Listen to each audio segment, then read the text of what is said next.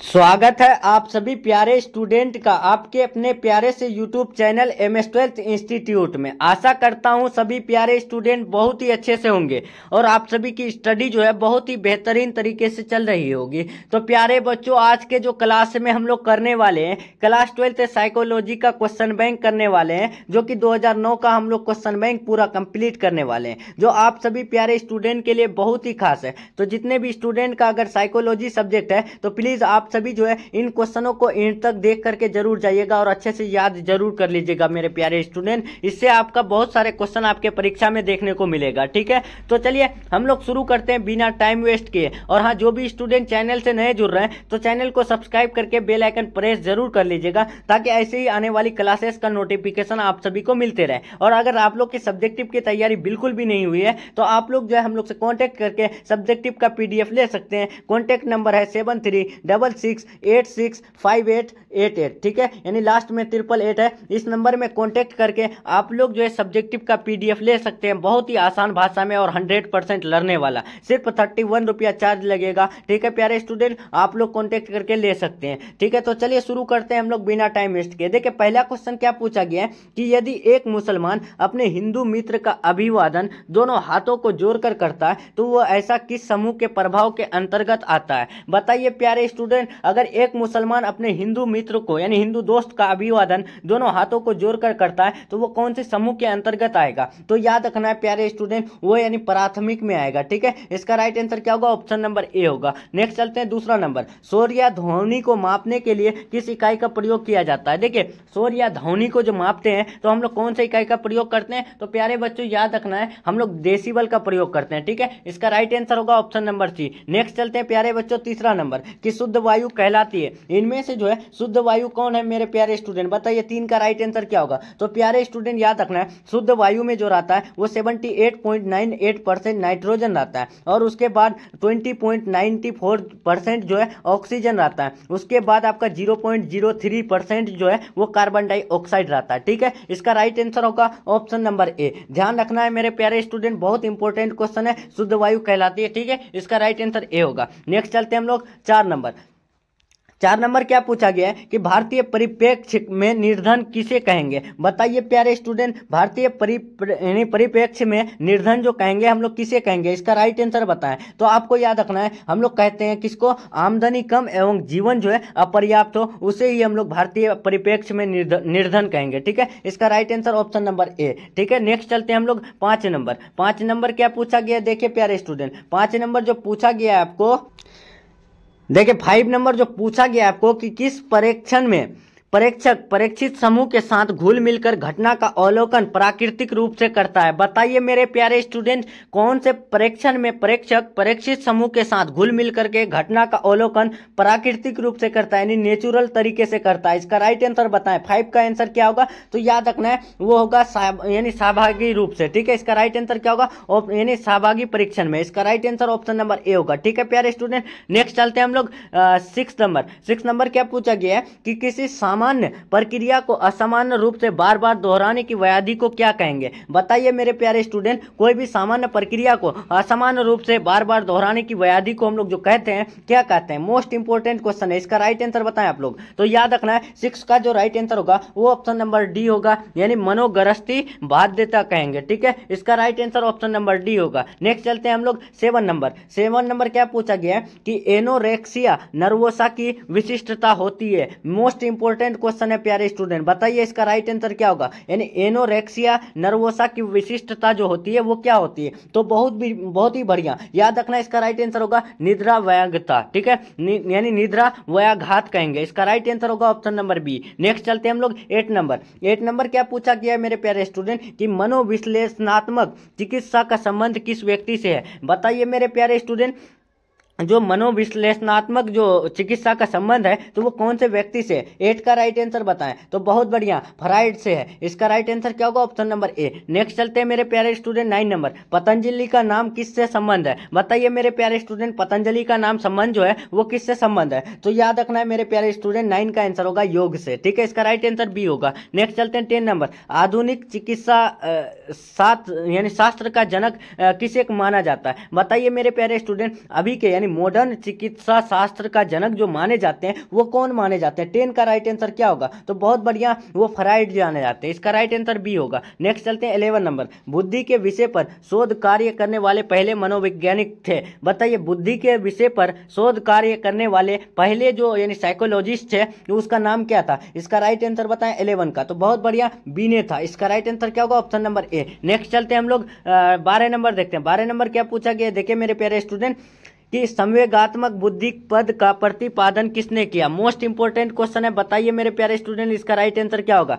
यानी संवेगात्मक बुद्धि पद का जो प्रतिपादन किया है वो किसने किया है? तो बहुत बढ़िया, याद रखना है। 12 का राइट आंसर ए होगा, गाल्टन। नेक्स्ट चलते हैं हम लोग 13 नंबर। 13 नंबर क्या पूछा गया है मेरे प्यारे स्टूडेंट कि किसने बुद्धि को एक सार्वभौम क्षमता माना है?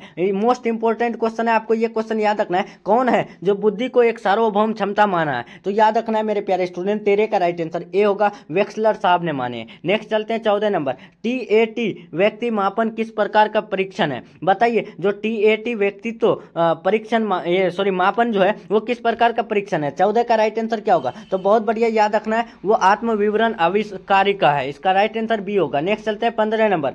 रोजर्स ने अपने व्यक्तित्व सिद्धांत में केंद्रीय स्थान दिया है। मोस्ट इंपोर्टेंट क्वेश्चन है। बताइए मेरे प्यारे स्टूडेंट, क्या होगा इसका राइट आंसर? तो जो भी स्टूडेंट को अगर याद नहीं है तो प्लीज इन क्वेश्चनों को अच्छे से याद रखिएगा कि रोजर्स ने अपने व्यक्तित्व सिद्धांत में केंद्रीय स्थान जो दिया है तो वो किसको? तो याद रखना है 15 का राइट आंसर होगा ऑप्शन नंबर बी ए होगा, आत्म को। नेक्स्ट चलते हैं 16 नंबर।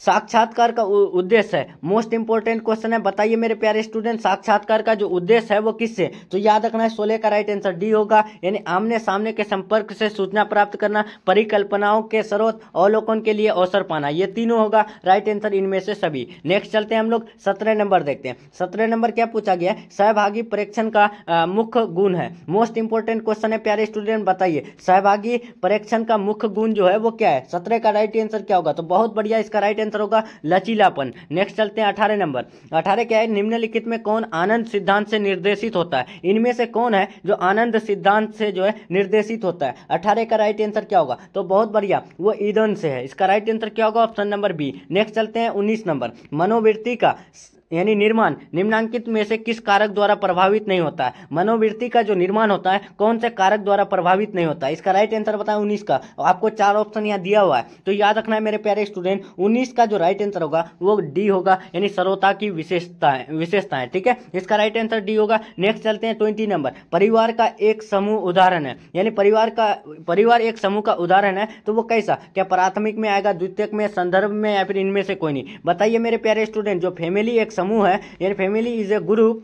तो वो जो उदाहरण है तो वो किसका यानी उदाहरण है, किसका एग्जांपल है? तो याद रखना 20 का राइट आंसर होगा ऑप्शन नंबर ए, प्राथमिक में यानी प्राइमरी में आते हैं। नेक्स्ट चलते हैं 21 नंबर। 21 क्या पूछा गया? देखिए मेरे प्यारे स्टूडेंट, क्या पूछा गया है कि पूर्वाग्रह में घटकों की संख्या कितनी होती है? मोस्ट इंपोर्टेंट क्वेश्चन है मेरे प्यारे स्टूडेंट, बताइए इसका राइट आंसर क्या होगा? यानी पूर्वाग्रह में घटकों की संख्या जो होती है वो कितना होती है? तो याद रखना है वो होती है 5। इसका राइट आंसर क्या होगा? Option number D. नेक्स्ट चलते हैं 22 नंबर। मनोवृत्ति परिवर्तन के 2 स्तरीय यानी संपर्तय का प्रतिपादन किसने किया है? बताइए, मनोवृत्ति परिवर्तन के 2 स्तरीय संपर्तय का प्रतिपादन जो किए हैं वो किसने किया? 22 का राइट आंसर क्या होगा? तो वो ए के सिन्हा ने किए। इसका राइट आंसर बी होगा। नेक्स्ट चलते हैं 23 नंबर। क्या पूछा गया है कि एक सामाजिक समूह की संरचना के लिए कम से कम कितने सदस्यों की आवश्यकता होती है? बताइए मेरे प्यारे स्टूडेंट, इसका राइट आंसर सभी स्टूडेंट कि एक सामाजिक समूह की संरचना के लिए कम से कम कितने सदस्यों की जरूरत होती है? इसका राइट आंसर क्या होगा? 23 का। तो बहुत बढ़िया, इसका राइट आंसर होगा ऑप्शन नंबर डी, यानी 2।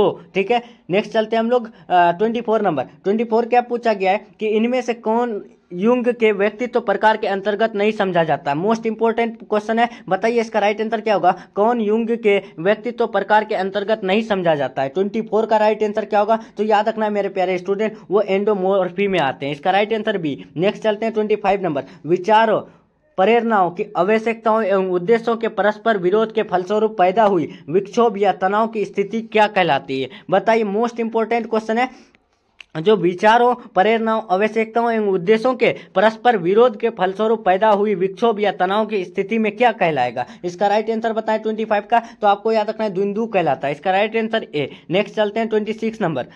26 क्या पूछा गया है कि अंग्रेजी के शब्द स्ट्रेस की उत्पत्ति किस भाषा से हुई है? बताइए इसका राइट आंसर क्या होगा। अंग्रेजी के शब्द जो है यानी स्ट्रेस, उनकी जो उत्पत्ति हुई है तो वो कौन से लैंग्वेज से हुई है। इसका राइट आंसर क्या होगा, तो बहुत बढ़िया, इसका राइट आंसर होगा ऑप्शन नंबर डी, लैटिन से। नेक्स्ट चलते हैं 27 नंबर। क्या पूछा गया है कि प्रसिद्ध मनोवैज्ञानिक, देखिए प्रसिद्ध यानी फेमस जो साइकोलॉजिस्ट है तो वो हंस शैली किस क्षेत्र से संबंधित है। इसका राइट आंसर बताएं, ये हंस शैली जो है वो कौन से क्षेत्र से संबंधित है। तो याद रखना है मेरे प्यारे स्टूडेंट, 27 का राइट आंसर बी होगा, तनाव के अध्ययन के क्षेत्र से। नेक्स्ट चलते हैं 28 नंबर। ये लास्ट क्वेश्चन है आपके आज के क्लास का, ठीक है मेरे प्यारे स्टूडेंट। इसका राइट आंसर बताएं। ये 2009 का पूरा क्वेश्चन बैंक है मेरे प्यारे स्टूडेंट। इसके बाद आपको 2010 का मिलेगा। आप लोग अगर इस क्लास को अगर अपने दोस्तों में शेयर करते हैं और इसमें आप लोग अगर 100+ लाइक अगर दे देते हैं तो आपको ऐसे ही पूरा क्लासेस मिलने वाला है साइकोलॉजी का, ठीक है। तो निम्नांकित में से कौन सा मनोवैज्ञानिक विकारों के वर्गीकरण की नवीनतम पद्धति है। बताइए प्यारे स्टूडेंट, इनमें से कौन सा मनोवैज्ञानिक विकारों के वर्गीकरण की नवीनतम पद्धति है। इसका राइट आंसर क्या होगा, तो बहुत बढ़िया, इसका राइट आंसर होगा WHO, ठीक है। इसका राइट आंसर क्या होगा, ऑप्शन नंबर डी होगा WHO, ठीक है।